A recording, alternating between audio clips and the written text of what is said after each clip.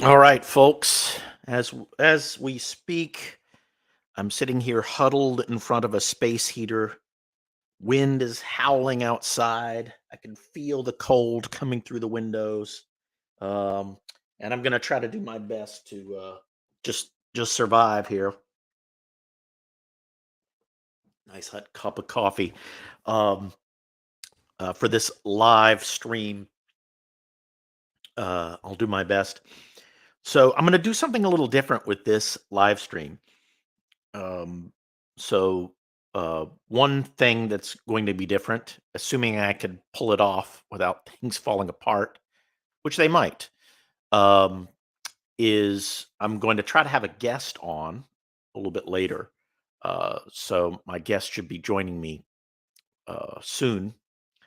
And another thing I'm going to be doing differently is the fragment that we're looking at isn't necessarily a very famous person. We're going to be looking at Ralph Chaplin, who was a writer, um, sort of known for writing the song "Solidarity Forever," a union organizer from the early 20th century, born in 1887, I think.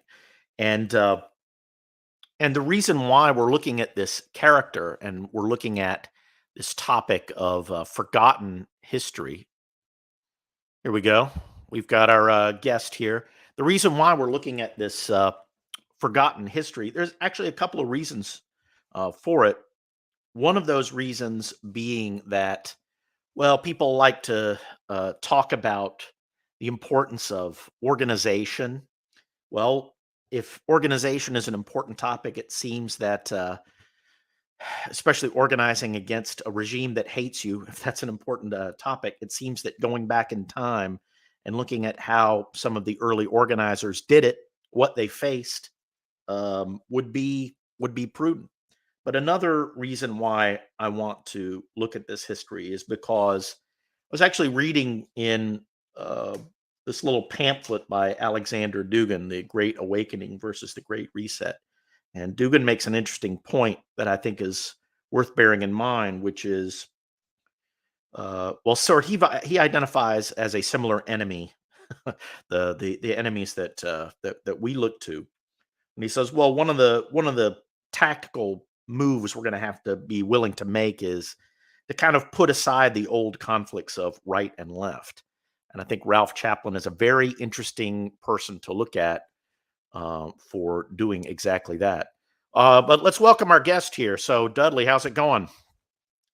Oh, not bad, man. Can you hear me? Is Let's see. audio Uh, sounding good for you? should be on. Maybe he's not. His mic might be on yet. I'll wait until he pipes up. Let me That's make fine. Ralph Chaplin is a character who I think is a sure. figure to look at from this perspective of trying to get past the old distinctions of left and right. And in fact, let's take a look at. Can you hear me, or is it coming in? So there's this essay that he has. It's additional information about why I wrote Solidarity Forever. It's additional information that's not in his biography, Wobbly, and it's hosted here at the Industrial Workers of the World website, which, uh, as you can tell from its little sidebar here, is very much a left wing affair. No big surprise there. Um, but Chaplin's an interesting figure because he doesn't quite fit into um, the traditional sort of breakdown of left and right himself. Even back in the 19 late 1950s or 1960 when he wrote this essay, also back in the 1918 20s and 30s when he was very active. And I'll quote from this essay just to illustrate what I mean by that. Uh, so after his little introduction, he notes the fact that an obscure labor editor happened to write a song like that, Solidarity Forever, is of no particular historical importance. What is important is that it was written at all, timed as it was, almost to a split second, to indicate a tide in the affairs of men that was destined to put a large part of the world's population either behind the iron curtain of totalitarian statism or in the uneasy rocking chairs of the welfare state. In spite of intentions that were emphatically otherwise, that seems to be the sour note on which the story ended. The story of the song, that is, not the story of the turbulent era of pioneering labor history that went into its making. Okay, so right away, this sort of division of the totalitarian statism being Soviet Union and the Soviet or communist bloc, and then the uneasy rocking chairs of the welfare state. That's the liberal order that we're all familiar with, and so that's what he seems to be placing himself sort of between that, in the middle of that. Um, let's see. Let me check on our guest here for a second. So our let's Are see. you getting my I audio? think you've been joined in here, Dudley. Are you able to speak? Is your mic working, or what's going on here? Let's Yeah, see. I'm not sure Oh, here what's going on. oh, I see. Hang on a second. I see what the problem is. I see what the problem is. All right, can you hear me, brother? Are we coming through?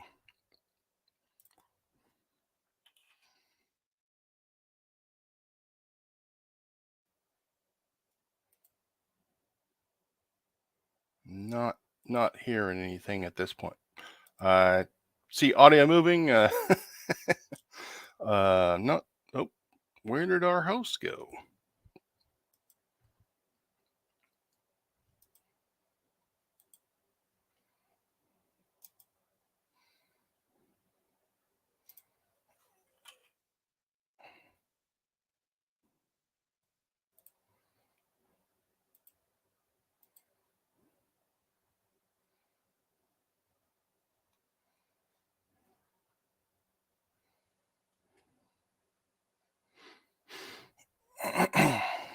Hello. Okay. Right. So I figured out what the problem was. Okay, great. Can The you can hear problem me? is, I don't know if you can hear me, unfortunately, because of the way I this. can hear you. Yeah. The problem is when my mic is plugged in, um, it doesn't. It does. I can't hear the audio from the machine, so I have to fix that. But what I'm going to No do is I'll problem. try to fix that and then let you sort of take over and talk a little bit about who Chaplin was and what his story was. How's that sound? Yeah, All sure. right. I guess. Sorry, I'll you let you have take to over. kind of give me a update here. Where we're actually at. On Ralph Chaplin. Um, or I guess we'll just go ahead and start from the beginning. Um, Ralph Chaplin was, insofar as I can tell, and from his own writings, he was a heritage American. Um, from his description, he was a English Anglo-Saxon American immigrant from the third world, not himself, but his family. Um, they had a fairly traditional heritage American upbringing. His early radicalism is kind of hard to describe. Um, from his own writings, he mentions that his father um, was involved with very nascent union activity, and it was from that he kind of developed his early radicalism. Um, yeah, I guess his his early ideological formation. Originally, he started in Kansas, um, which I guess it was. I think they said Cloud County. He said he was born in Cloud County, Kansas, in 1887. Um, and for whatever reason, it was never really, um, he never really expounds on why they ended up in Chicago. I'm assuming that it was due to economic reasons. But in his book, I guess, his biography, if you want to call it that, he describes quite an idyllic upbringing in Kansas. He describes how his family and his neighbors, they were all very close knit. And at one point, I think he even mentions about how, he always looked forward to his neighbors, cooking pies for each other and everything like that. Um, but he never really kind of expounds on like why the family had to move from Kansas. I'm assuming it is economic reasons. That's usually um, in times past and in current times as well. Why most Americans end up migrating across the continental United States. Um, and I think at one point he also too mentions that his father was put out of work due to the, I think, 1894 Pullman strike. And so Yeah, that I kind think of, that's right. yeah, and so that kind of influenced him. Um, and so at that point, obviously, these things when you're young, you see these things, for any person, your early childhood development is, I mean, it's obviously it's influenced by your environment, what you see, what you encounter, and everything like that. So that seems to be the beginning of Chaplin's development towards an American radical. Um, Now, when you you know, say American radical, what are you thinking of as radical in this context?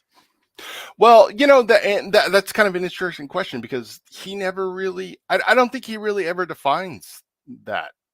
It's always for the impression that I've always got reading Ralph's work and his speeches and everything like that was okay. Yeah, you're a radical. You're against the material conditions that the working class at that time encountered.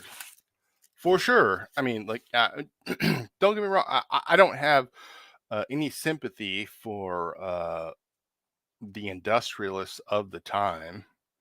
I don't think that they were, you know, noble or anything like that. I mean, you're talking to someone who, my great grandfather died in a coal mine, um, and his wife was kicked out of a company town. Like, Right. so We don't want to. We don't want to be too. There's no reason to be overly gracious towards capital in this era, even if we're not correct, necessarily on the communist side, as right, Chaplin himself was not. That right, doesn't mean that we have to lionize these capitalists as great people. I mean, we're talking yeah, about, like, yeah, I'm yeah, from North Carolina, and in North Carolina, like, they would break unions by just killing people. They just have people shot. So even to this right, day, it's not a union state. But that's yeah, because of no, some pretty savage behavior on the part of the the organized capital. yeah, no, no, no, yeah, yeah, no, absolutely. I don't assume that these corporations were in any, their motivation was profit for sure. Um, and I would say it's hard for me to say that they would pursue, profit at any means necessary. But that obviously, if you're running a business, especially um, a resource extraction business, obviously that's your priority. You know. Um, but with that said, taking it back to Chaplin's early childhood, he had somewhat of an idyllic, I would say I don't know if Kansas is considered Midwestern, but Midwestern idyllic childhood in the early, I guess, industrial revolution time period. Um, Obviously this is when agriculture exists, agricultural existence, the farmer and the Yeah, the so if we're yield. talking like 1890s, I would say uh, most people probably are still working agricultural or semi-agricultural existence. Everybody hasn't gone into the factories by this point. I mean, a Yeah, lot of yeah, people have, but we're talking right, 1890s, so it's right. semi-industrialized, but not fully. Yeah, correct. And he was born in 1887 in Kansas. So, I'm sure when he was born, his family was probably on the edge of, tenant, not necessarily tenant farming, but everyone was living very close to the land with very local industrial jobs, as far as like, local, production, for food goods, minor industrial goods, etc. And at some point, his family moved to Chicago, which was, at that time a straight up industrial hub. You have all the cattle processing being shipped there to, via the railroads and everything like that. And so it was obviously, and even I want to, yeah, Upton Sinclair's book, which the title of it escapes me now. The jungle. Correct. Yeah. The Jungle. He documents all this and, and clearly that was, I mean, it's not a good working condition. It was brutal, just like it was in Europe. The Industrial Revolution was not not a good place you want to be for the average person, you know.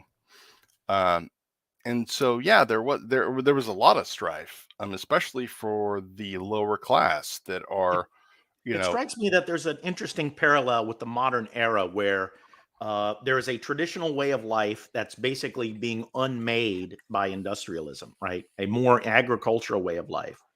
And it seems like today there is a traditional way of life that's also being unmade by capital today. And yet there's no, like, the forces that would oppose it, like the traditional, let's say, organized labor, they're not opposing anything, they're not really doing anything. Yeah, I mean, I guess they're trying to get some better wages for their union workers, but like other than that, they're not really opposing any of this deconstruction, if you will, at all. How would you think that's a fair characterization? no, yeah, no, absolutely. No, I mean, absolutely it is. And to me, that kind of cuts to the heart of the matter with Ralph, Chaplin. I can't, for the life of me, it escapes me at this time, but for all the depredation of the industrialization of North America, somehow Ralph ends up being a commercially viable artist, right? So throughout Ralph's career as not only as a IWW organizer, he's also um,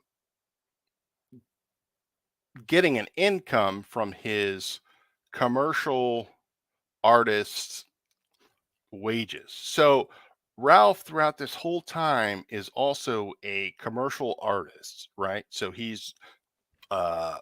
So, what making. kind of commercial art is he doing? I assume he never really expounds on this, but he is producing commercial art. So, like for advertisements, or for Okay, magazines, or right. for whatever, So right? one illustration is the design that I think is still used by IWW and some other group. Like, there's a black cat design. He Right. made that apparently. So he's making logos and designs and things like that Yeah. for commercial use. Right. Right. Yeah. And so it it's kind of it strikes me, and this is all, it's always easy to look back in history and to analyze and to judge historical actors, right? Or like, oh, if I was there, I would have totally done something different. But in his time, he was, insofar as I can tell, he was supplementing the majority, maybe not supplementing, the majority of his personal income was due to commercial artistic endeavors for multiple different employers, right? And so I think one of the biggest, for me, the biggest contradictions is not only I I'm sorry, I don't mean to offend anyone, but to me, I don't consider someone who makes advertisements or art, for marketing purposes or for whatever. I really don't consider them working class, because the majority of the people that Ralph and his cohorts sought to organize were not those type of people. Right. And so, So just to illustrate this, there's a great quote from the essay that I read a little bit of at the beginning of this stream. I'll just quote from it just to illustrate this point. So Chaplin says, "Hey, when I wrote Solidarity Forever, there was a life or death struggle between fiercely competitive ideological groups to see which of them would shape the future the then embryonic left wing labor movement. It was a knockdown, drag out fight with no holds barred and every available weapon from gentle persuasion to brass knuckles used to gain a fair or unfair advantage." Okay, so he's not. It's not an exaggeration. Literal brass knuckles. People are punching, like people oh get yeah, shot. People get hit. So can you imagine one of these like commercial artists putting on some brass knuckles and going out in the street to mix it up? That's not happening. So so yeah, I kind of agree with you. Yeah, these people aren't quite in the working class bruisers. Let's say they're not that kind of they're not that type of person. yeah, no, absolutely. And that's the that's the other thing that it always kind of stuck out to me is also, during the strikes, in coal country and everything like that. He wrote these articles for, um maybe it was Mother Jones, I don't know. There was multiple handfuls of these, quasi socialist newspapers. I mean, there were like kind of a dime a dozen at that time, with very small circulate. I mean, this was like the heyday of small paper print, um, outfits.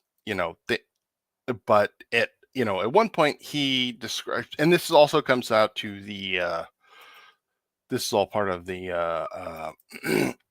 I think he wrote the, about when the Leafs come out with the coal miner strikes and everything like that.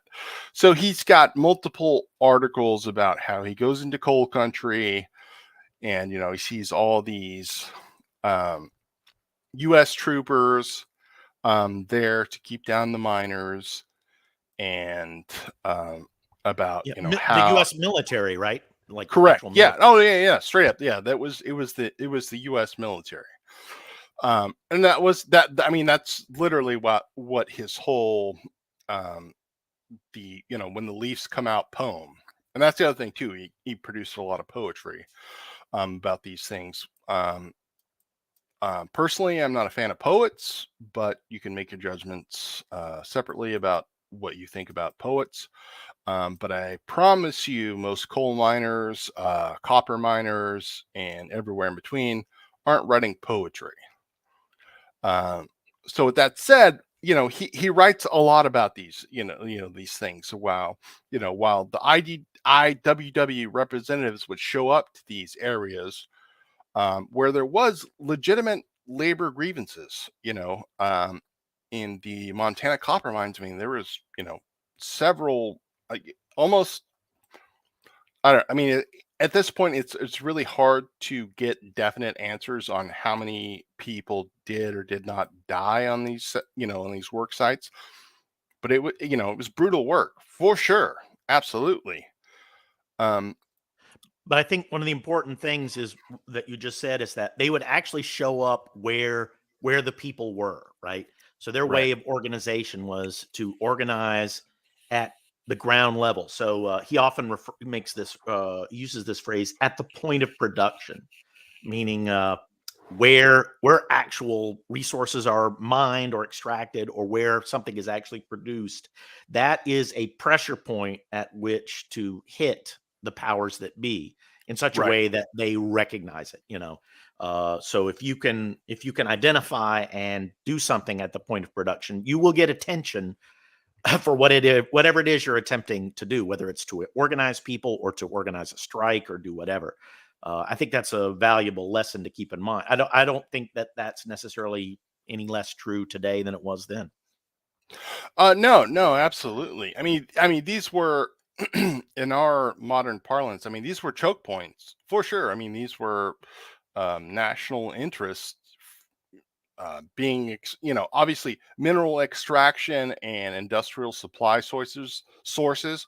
Yeah, absolutely. Yeah, I mean that's a choke point.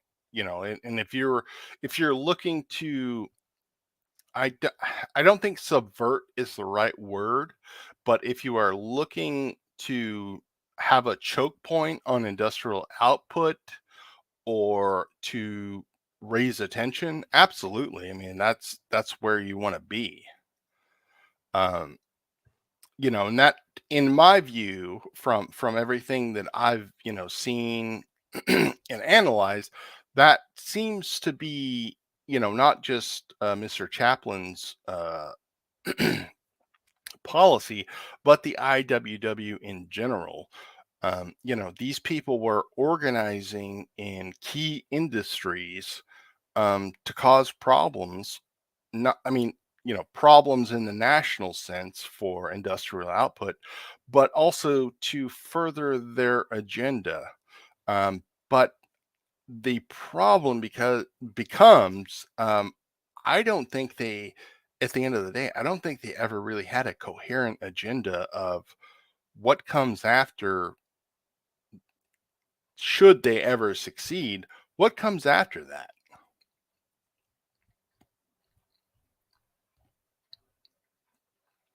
Hopefully that makes sense.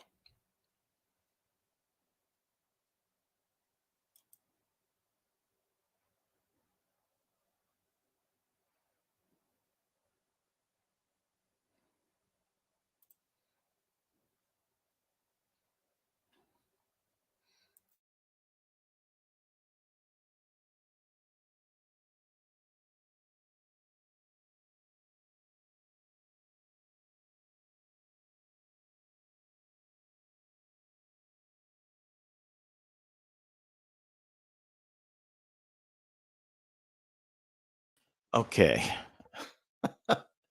Uh, so many technical problems. Let's see if I can. All right. All right. Okay. All right. I think I'm back. All right. Um, yeah. So the excuse me. All right. Yeah. The issue of what it was they were fighting for is an interesting one at that, because at that time he describes, in the essay I was quoting from earlier, he describes um, his faction, if you will, as sort of being torn between um, uh, communist organization on the one hand, and sort of just sort of kowtowing to the powers that be on the other. And it seemed like there wasn't a coherent ideology in between those, to which they to which he could, or to which they could adhere, or which could hold things together. It seemed that, as the world was kind of splitting into the two camps of the communist world and the quote free world, that there wasn't a whole lot of wiggle room for something different. What do you think about that? Does that seem to be historically accurate? No, no, no. I do. I do think that's accurate, and I think that kind of cuts to the heart of the matter regarding the what not only Mr. Chaplin himself, but the IWW itself. The whole premise of the IWW was the big union, the union for all, right? So, assuming that they got everything that they wanted, right? So, assuming that every industrial worker unionized, where does that lead? You know, uh, Right. and it's like I said, it's always easier for us, and it is easier for us to look back on these things and say, well, oh, why didn't they know this? Why couldn't they see, how this all ended? Right. Um, you know, so the and also the one of the biggest problems in their contemporary time was World War One, right?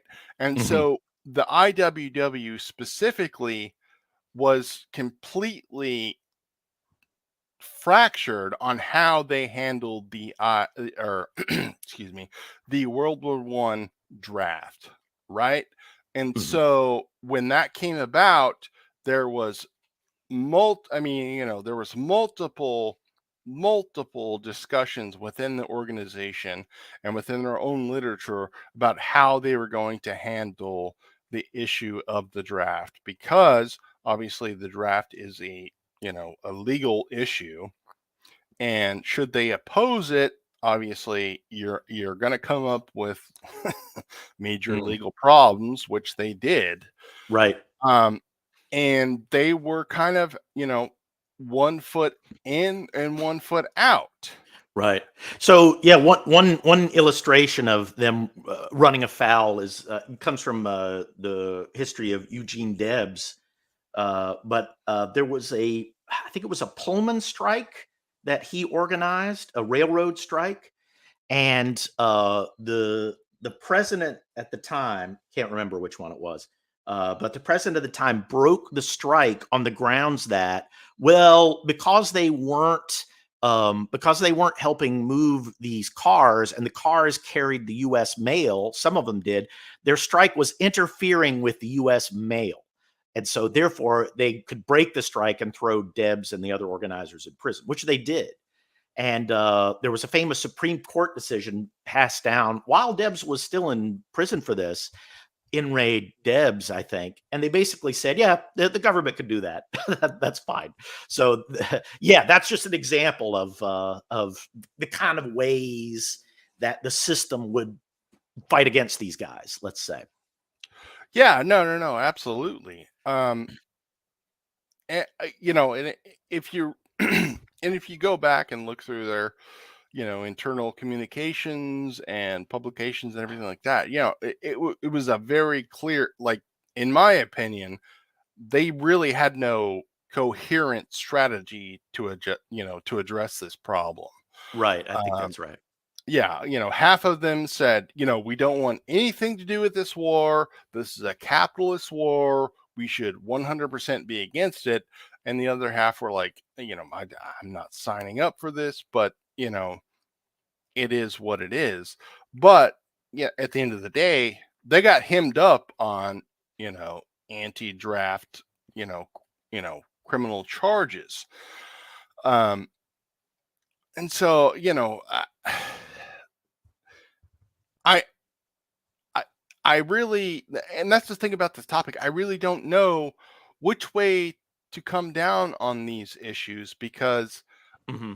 I get the sense that some of these guys were honestly, they had honest intentions, but they frankly did not understand the situation that they were in, and what it, ultimately the consequences that would come from it.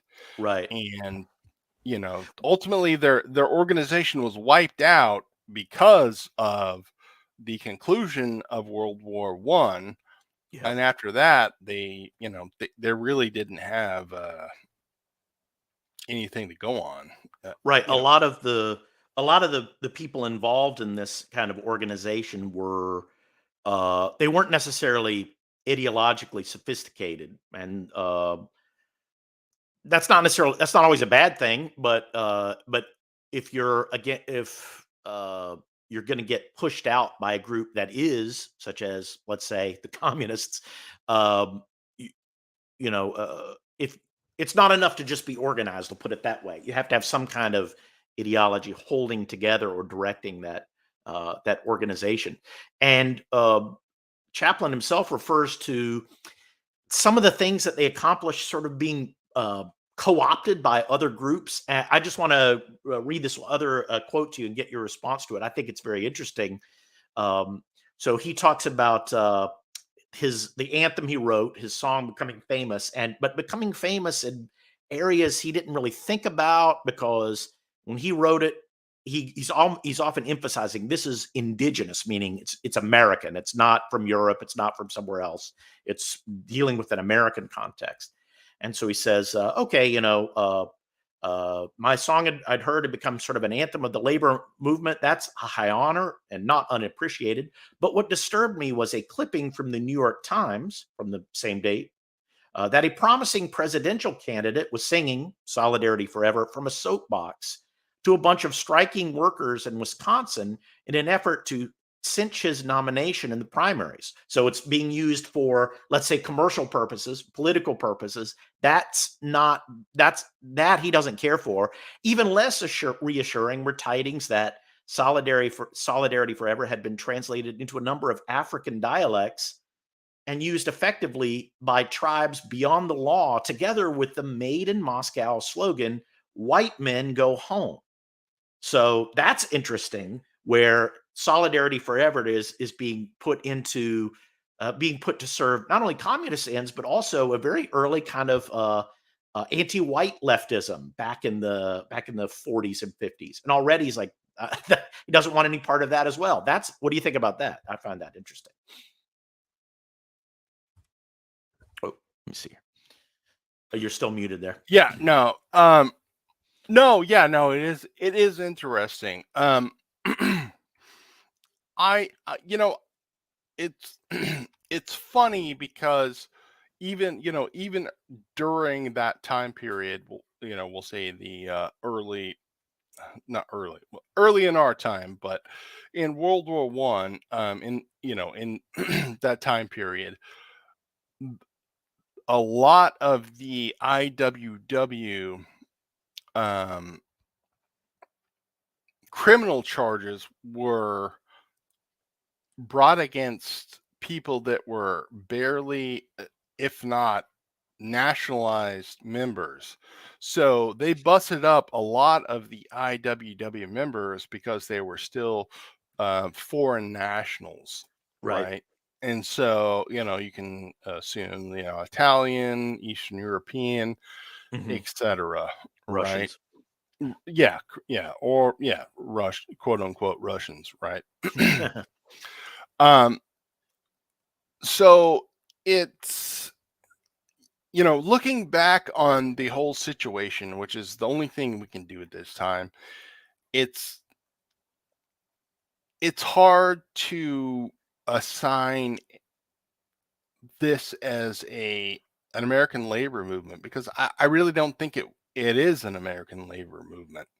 I Okay. think I think it is a movement that was a leftist. I don't even know if it's. I guess you could say maybe it. Yeah, it's leftist on its surface. It's a leftist reactionary movement to material conditions on the ground Right. for certain sectors, right? But the thing that always kind of um, left a weird taste. I don't a weird taste in my mouth about reading all these things is the majority of the organizers essentially weren't really working class. Okay. They were, I, I hate to use Marxist terms here, but they were all bourgeois people who had time to come up with all these theories, Right. and when it crashed into reality, they never really had results. because even in the IWW heyday, there was still multiple unions that they clashed up against Right. in multiple sectors that they were supposedly organizing against. And Right. that also speaks to the fact that at one point, Ralph Chaplin was in Mexico for whatever reason, producing, I guess, artistic material for his Mexican employers, I assume. But he mentions multiple times about how he saw, how the Mexican government handled people and everything and all those things. But it always kind of struck me as like someone who was looking outside onto, looking at problems outside that he himself was never subject to. Mm, right. So I think this raises a very interesting point. So uh this idea that the people who are leading that movement, part of their problem, as you were saying, is that so few of them or none of them were really working class and therefore lacked a certain understanding of let's say the material conditions on the ground. There was something missing there. I think that's interesting because I think this applies to today where you'll often see people on uh yeah, the dissident right or the online right talk about the importance of organization and the importance of a new elite. But one of the problems with any elite is the problem of exactly what you said is that an elite by their nature doesn't really understand what the other people or whatever class they're supposed to be representing. They lack some understanding of that. And I'll just bring up an interesting detail from history that I think is related to this. So if you read in Roman history, they constantly had fights between the patrician class and the pleb class. Constantly, it was just in the Republic era. It was just constantly ongoing. And one of the things they did to resolve that conflict, it didn't really solve the problem, but it did make it very manageable for quite some time, is they created the tribunate. So the tribunes were these people from the pleb class, but they had a certain power to veto things the patricians wanted to do under certain circumstances. What it became was a way for members of the plebs who were, let's say, high-minded, high-spirited, who were capable of organizing, of having a kind of patrician mindset, of being elites, if you will, but still understood what the plebs wanted. They got some kind of governmental say. They found some way to balance those factors. So I think that's something that's almost entirely missing in the current system, the way it operates. The way the current system operates, there really isn't a means for that class, that working class, to be heard. Like the vote really isn't a means for that. The people that get elected are people who are not from our class, meaning you and me, probably people listening to this, and they don't really understand it any more than the people that were organizing IDWW really understood working class sensibilities either. I think that's still missing. I don't know. What do you think? Am I completely off, or is there something to that? No, I think that's completely valid. Um, it's I I've been thinking about this for quite some time. From the first time I read um, Ralph Chaplin's his biography. And I read it just after the financial collapse of what was it, 2008. Oh yeah, that one. Yeah, Yeah, and so the I first of read, many. yeah, the first of many to come, Stay unfortunately. tuned. Yeah. Um, and I read it, and a lot of it's true. I mean, obviously, especially in North America, and I will preface this is I'm only concerned with North America. This has nothing to do with Europe or anywhere else. I'm not concerned with anyone else outside of North America. Um, it came across as someone who was well-meaning and someone who was a member of a somewhat decent society, Mm. right? Because so in Ralph's book, is rough and tumble. I forget the American Wobbly. Radical. Yeah, yeah, rough and tumble story of American Radical. Whatever. I forget the title. Sorry. Um, I think it's the rough and tumble life of an American radical or something like right, that. correct. And I read that when I was attending community college at the time because at the time my industry was blown up. Hmm. So I had the joy of trying to procure credentials to enhance my professional career. Anyways, so I read it, and the impression that I got was the society that Ralph Chaplin grew up in was, albeit not perfect. He described in the early part of his books, he described a community that he grew up in Kansas. They were families that lived around each other. They shared holidays to each other.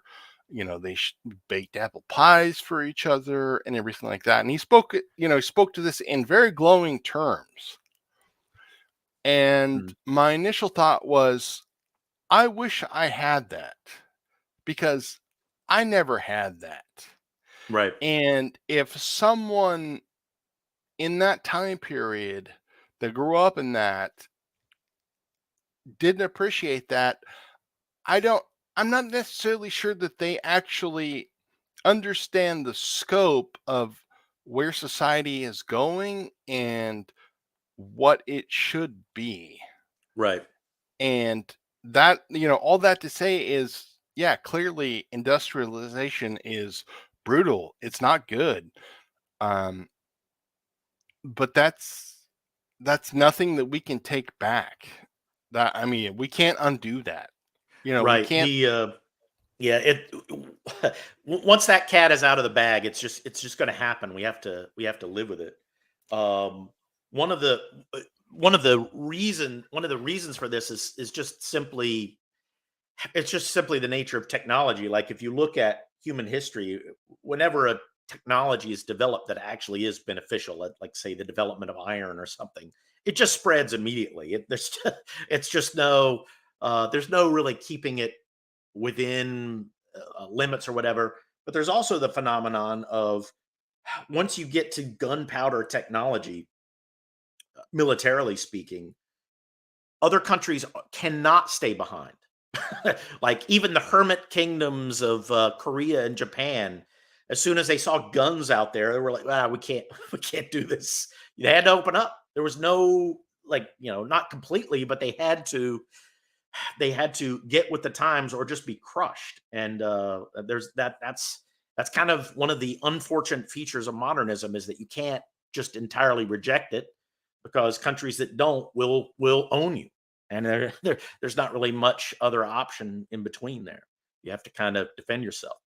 One of the I don't know if you saw the image for this stream, but we're represented in the stream by the Kims, Kim Il Sung and his, his son. Keeping with your old avatar. So hey, Yeah, they did their part to they modernized, but they also resisted in their own way. right. Yeah. Well, yeah. I'm a best Korea respecter for sure. Yeah. Yeah. Yeah. No, Shit. Oh. I I think at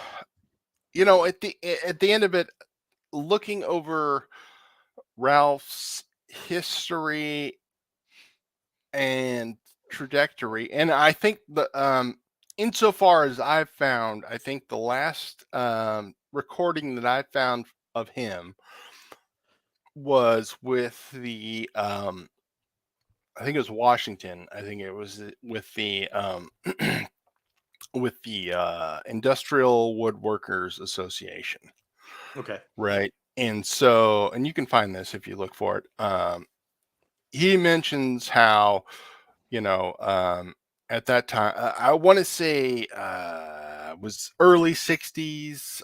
Don't quote me on this. Sorry, I'm just kind of going Well, off he died mental in memory. 61, so yeah, could be Right. Yeah. 1960. So maybe it was late 50s, early 60s. Um, he mentions how, at that recording, how um, the people at the time thought that, oh, prior to me, and I'm saying this is in, Ralph's voice. Prior to me, there was labor giants, and we did all this and that. And he also mentioned how, oh, there was also, fewer women in the workplace and everything like that. And if it wasn't for us, there wouldn't be the 8-hour workday. And if it wasn't for us, and all the multiple people that sacrificed their lives for unionism, you wouldn't have this. And Mm. so you have to keep up, and you have to, maintain your radical unionism. Hmm. Um, so it, in these days, it rings hollow to me Right. personally, because Henry Ford was really the one that I think set the standard for industrial workers in North America as far as pay, hours, and Right. benefits and such. And I Yeah. think this touches on a bigger issue, that social change does not come from the bottom, it comes from the top. Right. And the IWW never really had a coherent ideology other than one big union. Right. We're going to create a union across every industry, and then magically everything's going to work. Right. Okay, yeah. So The old my underpants gnome say step three yeah, problem. yeah, yeah. So What's yeah, step two? We don't know. we're gonna unionize everyone, and then it's gonna be great. So my question, yeah, it's not a question. Well, I guess it's a question. My question to all ideology is: okay, assuming you meet those ends, what happens after that? Yeah. And I've never, I've never seen a coherent answer to that. And I would say, on the left side of, economics and, organization, everything like that, Yugoslavia was probably the closest experiment that we have. And even, Slavo, the sniffing philosopher, Slavo Zizek, Oh yeah. even admits that in Cocaine addled philosopher Slavoj Žižek. yeah, yeah, and Yeah. so on, and so on, and so on and so forth. Yeah. Right. So Right. Right. even he admits that in the late Yugoslavia, when they created these worker councils for factory workers, it was always a problem because, hey, guess what? After you pull a 8, 10, God forbid, 12-hour shift at, whatever factory that you're at, do you want to do managerial tasks? No. No. No, Yeah. anyone who has worked any kind of working class job knows that at the end of the day, you don't want to do that. Nope. You The want to majority of drink the or sleep or fuck or whatever, you know. yeah, or you just want to, hey, all right, I'm done. I did what you needed me to do. I'm going home, Yeah. right? So no one wants, even, you know, if you're lucky, if you work an 8-hour day, no one at the end of that 8-hour day wants to clock out and go to a managerial meeting about, okay, all right, so and so needs to clock in at this time, or we need to work with this vendor. Like, that's not how people work. Right. And it's just I don't know, the whole, I guess at the end of the day, the whole IWW meme, and I honestly believe it's a meme at this point. Right. It it's it's a lot of myth without any results. Right, right. Yeah, the way the place it's ended up is probably kind of was probably kind of inevitable. Although I do want to give Chaplin credit for the way he characterized um, the winning side of the Cold War. They weren't winning at his time in his time, but they were where he lived. I just want. Do you think? I think this is as good a description of them as any I've seen. At the end of his little essay, he says, "Even on the Sunset Trail, I fail to see where any advantage has been gained for anyone living today by substituting the tyranny of capitalist exploiters with the even more merciless tyranny of a new elite of non-functional commissars, bureaucrats, and egg-noggin do-gooders." That sounds like the American regime today to me, pretty well. Throw some women and trannies in there, and you pretty much have it. That's kind of what they are: non-functional commissars, bureaucrats, eggnog and do-gooders. I might be leaving out certain tribal affiliations as well, but yeah, that's them. That's basically them. Um, what do you think? No, yeah, and I mean, I don't disagree, for sure. I mean, and that's you know that's kind of the problem both with the IWW and Eugene Debs.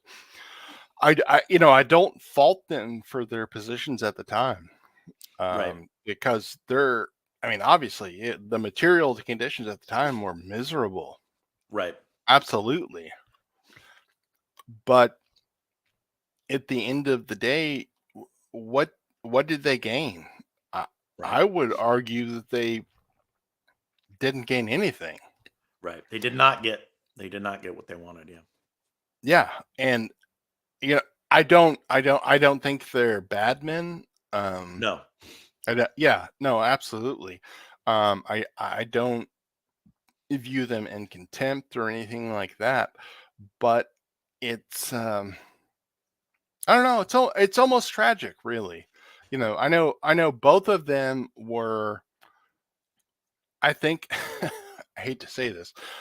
Um, I think at the end of the day, both Mr. Chaplin and Mr. Debs were, if they were alive today, I think they would be pretty much the run of the mill Universalist Christians. Oh, okay. Um, I know Chaplin himself. He converted to some kind of Universalist, whatever nonsense Protestant uh, denomination. Um, I also know, Eugene Debs himself was also some kind of Protestant Christian, and he even speaks. Chaplin himself, he even speaks when he was in prison. This was in his book too. He speaks specifically where at one point he was thrown into the hole, and he was weak, beaten, and almost freezing to death. And he speaks to, he's like, I don't know what this is. I thought I was going to die. And at that point, I reached some kind of serenity. I don't know what that is, but that's about the closest I can come towards some kind of universal creator loving me. Mm. And so after that, he after the trial and release and everything like that, he pretty much retired to a quiet life and everything like that. And if you manage to get your hands on the book, he does have a picture of himself in Eugene Debs Mm. in his his home. He made a nice homestead for himself and his wife, and a garden, everything like that. Um, yeah, at the end of the day, I think it's just a very tragic outcome for well-meaning white men who had a society that, frankly, let them down. Right. But I think we pointed out some very useful points that people could pick out for where they may have gone wrong, what they may have missed uh, uh, going forward. Because I don't think that in some ways, it's some way, well, like I said earlier, in some ways that it feels like we're gearing up for a similar kind of conflict as they had back then. You know what I mean? Because it does seem to me that there seems to be a similar kind of situation brewing. Maybe that's true, maybe that's not. If it is true, it certainly can be useful to go back to some of these old figures and look at where they may have made mistakes. You know what they may have gotten wrong. I think you identified several things in your discussion of Chaplin. All right. Well, we've been jawing for an hour. That's enough time for anybody to listen to a couple old chunks of coal like us. So I think that's pretty good. I apologize for the earlier technical problems. I'm still, I guess, just a boomer at heart. It's my first time doing a stream with a guest, so of course, everything possible thing had to go wrong, but we pulled it out in the end. I think. Uh, I appreciate your coming on very much. Anything else you'd like to add here at the end? Final word. Yeah, I would say final word is just love your people, be a human, and have faith, because that's all. At the end of the day, that's all you can have is your family, your faith, and people you can trust around you. That's the bedrock of any kind of organization, whether political, familiar, anything. So, God bless. Good luck. All right. Well, I can't top that. Thank you very much for coming on, and thank you everyone for listening to our stream. All right. I'll see you in the next one, hopefully with fewer technical problems next time.